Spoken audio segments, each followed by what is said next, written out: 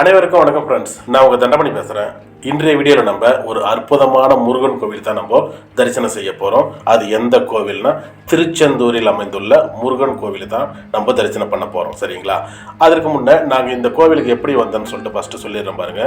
நாங்கள் கார்த்திகை மாதம் சபரிமலைக்கு பயணம் போகும்போது போயிட்டு ரிட்டன் வரும்போது நாங்கள் வந்தோம். அதாவது திருச்செந்தூரில் இருக்கிற முருகர் கோவிலுக்கு நாங்கள் வந்தோம். நாங்கள் அதிகாலை 5 மணிக்கே நாங்கள் பார்த்தீங்கன்னா திருச்செந்தூர் வந்துட்டோம். சரி, நம்ம ஃபஸ்ட்டு போயிட்டு கடலில் நம்ம குளிச்சு முடிச்சுட்டு அதுக்கப்புறம் நம்ம அந்த நாய் கிணறுல குளிச்சுட்டு பிறகு சாமி தரிசனம் செய்யலாம்னு சொல்லிட்டு நாங்கள் விடியற் காலையிலேயே பார்த்தீங்கன்னா நாங்கள் இங்கே கோயிலுக்கு வந்துட்டோம்.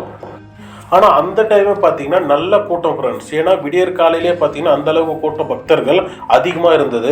நாங்கள் அது பஸ் ஸ்டாண்டே பார்த்தீங்கன்னா எங்களுக்கு கோவிலுக்கும் நாங்கள் பார்க் பண்ண இடத்துக்கும் பார்த்தீங்கன்னா ஒரு 1.5 கிலோமீட்டர் இருக்கும். அதுக்கு முன்னாடியே தான் பார்த்தீங்கன்னா தற்காலிக பஸ் ஸ்டாண்டில் நாங்கள் வண்டியை பார்க் பண்ணிவிட்டு அங்கேருந்து தான் நாங்கள் பார்த்தீங்கன்னா நடந்து வந்தோம். அதுவே பார்த்தீங்கன்னா ஒரு கிலோமீட்டருக்கு மேலே ஆகிடுச்சு. நாங்கள் ப்ரெஷ்லாம் பண்ணிவிட்டு சரி போயிட்டு கடலில் குளிக்கலாம்னு சொல்லிட்டு தான் நாங்கள் போயின்னு இருக்கோம்.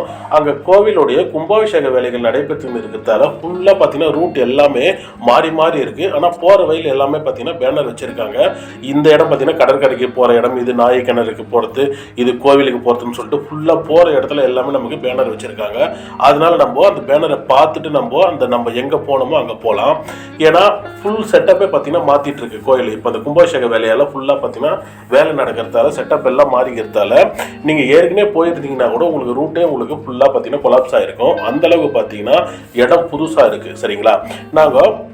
அங்கேருந்து நாங்கள் கோயில்கிட்ட வந்துட்டு நாங்கள் இதுக்கு தான் நாங்கள் போயின்னு இருக்கோம். அதாவது குளிக்கிறதுக்கு தான் நாங்கள் பீச்சுக்கு தான் நாங்கள் போயின்னு இருக்கோம். அதே போல் முருகருடைய 6 படை வீடுகளில் 5 படை வீடுகள் குன்று இருக்கும் இடமெல்லாம் குமரன் இருப்பான் என்று சொல்லுவாங்க. அதற்கு அமைந்தபடி பார்த்தீங்கன்னா 5 கோவில்கள் இருக்கும். அதாவது திருப்பரங்குன்றமாக இருக்கட்டும், பழனி, சுவாமிமலை, திருத்தணி, பயமுதிர்ச்சோலை, இந்த 5 படை வீடுகளும் முருகருக்கு அதாவது மலையின் மீது அமர்ந்திருப்பார். இந்த ஒரு கோவில் மட்டும் தான் பார்த்தீங்கன்னா விதிவிலக்குன்னு சொல்லலாம். அதாவது தரையில் கடற்கரை ஓரத்தில் பார்த்தீங்கன்னா இந்த கோவில் அமைந்திருக்கும், திருச்செந்தூர் முருகன் கோவில். அதனால இந்த கோவிலுக்கு தனி சிறப்புன்னே சொல்லலாம். நாங்கள் விடியற் காலையிலே இங்கே வர வச்சு ஓரளவுக்கு கூட்டம் கம்மியாக இருக்கும், நம்ம ஃப்ரீயாக போயிட்டு குளிக்கலாம், அடுத்தது சாமி தரிசனத்துக்கு ஓரளவுக்கு ஃப்ரீயாக இருக்குன்னு தான் நாங்கள் கனவு கண்டுக்கிட்டு வந்தோம். வந்ததுக்கு அப்புறம் தான் தெரியுது எங்களுக்கு முன்னாங்க எவ்வளோ பக்தர்கள். அதாவது ஏற்கனவே பார்த்தீங்கன்னா இப்போ திருச்செந்தூரை பொறுத்த வரைக்கும் பக்தர்களை கூட்டம் ரொம்ப ரொம்ப அதிகமான அளவில் பார்த்தீங்கன்னா வந்துன்னு இருக்காங்க. அது நமக்கே தெரியும். ஏன்னா ஒவ்வொரு நாளும் பார்த்தீங்கன்னா செய்தித்தாளில் இந்த நியூஸ் பார்த்தீங்கன்னா வந்துன்னு இருக்கு. பக்தர்களுடைய கூட்டம் அதிகமாக வருதுன்னு. அதுவும் இந்த வார இறுதி நாட்களில் சொல்லவே தேவையில்ல, கட்டுக்கடங்காத பக்தர்கள் கூட்டம் அதிகமாக இருக்குன்னே பார்த்தீங்கன்னா சொல்லப்படுகிறது. நாங்கள் அந்த ஒரு ஐடியா, அதாவது இது 10ஆவதுக்கு பார்த்தீங்கன்னா இது கார்த்திகை மாதம் வேற, சபரிமலைக்கு வர ஐயப்ப பக்தர்கள் கண்டிப்பா இந்த திருச்செந்தூர் முருகனை தரிசனம் செய்வாங்க. அந்த கூட்டம் வேற, எல்லாம் சேர்ந்து தான் பார்த்தீங்கன்னா கூட்டம் அந்த அளவுக்கு அதிகனே சொல்லலாம். சரிங்களா ஃப்ரெண்ட்ஸ்? இங்கே அதே போல் திருச்செந்தூர் வரும்போது நிறைய பேருக்கு ஒரு டவுட் வருது. ஃபஸ்ட்டு நம்ம அந்த நாய் கிணறுல குளிச்சுட்டு அதுக்கப்புறம் நம்ம கடலில் குளிச்சுட்டு பிறகு நம்ம சாமி தரிசனம் செய்யலாமான்னு சொல்லிட்டு தயவு செஞ்சு அந்த தவறை மட்டும் செய்யாதீங்க. இந்த திருச்செந்தூர் நம்ம வந்த உடனே நம்ம பண்ண வேண்டியது பார்த்தீங்கன்னா, முதல்ல நீங்கள் குளிக்கிறதா இருந்தால் நீங்கள் கடலில் தான் நீங்கள் பார்த்தீங்கன்னா குளிக்கணும். கடலில் குளித்து முடிச்சதுக்கு அப்புறம் அந்த நாய் கிணறுல போயிட்டு குளிக்கணும். அது குளித்து முடிச்சுட்டு பிறகு தான் நம்ம சாமி தரிசனம் பண்ணணும்.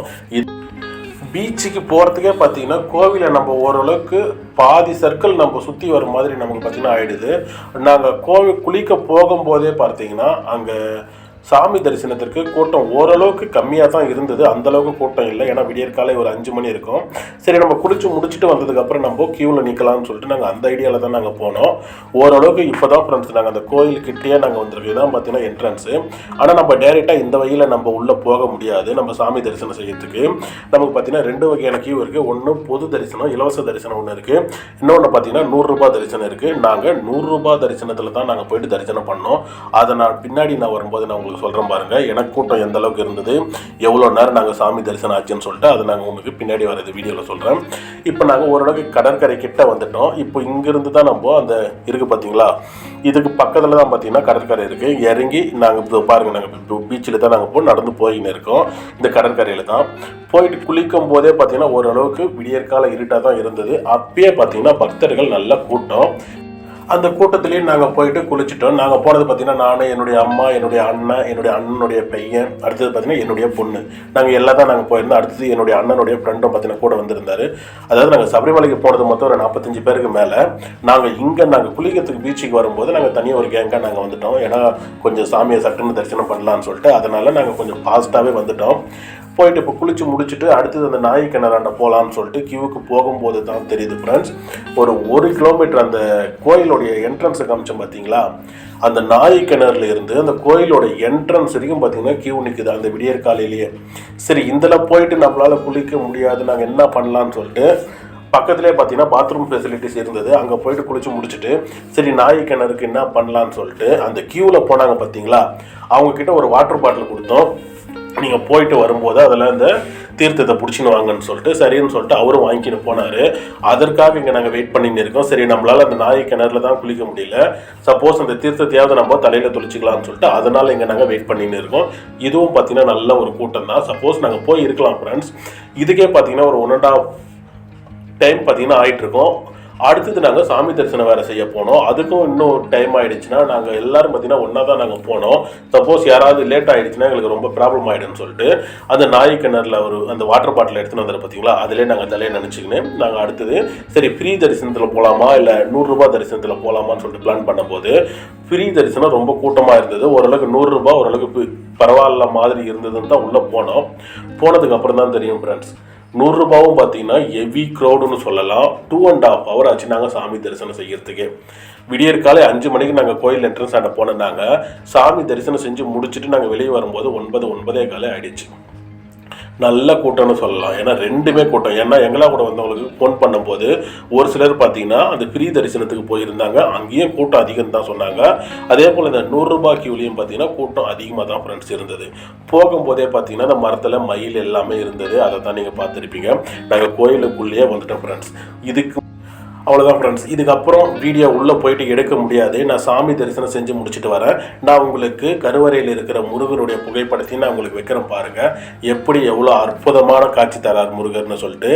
நாங்கள் சாமி தரிசனம் செஞ்சு முடிச்சுட்டு வெளியே வந்ததுக்கப்புறம் வள்ளி குகைக்கு போகலான்னு சொல்லிட்டு இருக்கோம் ஃப்ரெண்ட்ஸ். இவர் தான் ஃப்ரெண்ட்ஸ் நீங்கள் பார்க்குற திருச்செந்தூரில் அமைந்திருக்கிற முருகருடைய புகைப்படம். ஓகே ஃப்ரெண்ட்ஸ், நாங்கள் சாமி தரிசனம் எல்லாம் செஞ்சு முடிச்சிட்டோம். அதுக்கடுத்து நம்ம வெளியே வந்த உடனே பக்கத்துலேயே பார்த்தீங்கன்னா அங்கே வள்ளி குகைன்னு சொல்லிட்டு இருக்கும். அந்த இடத்துக்கு தான் இப்போ நாங்கள் போயின்னு இருக்கோம். அதாவது கோயிலுக்கு பக்கத்துலேயே தான்.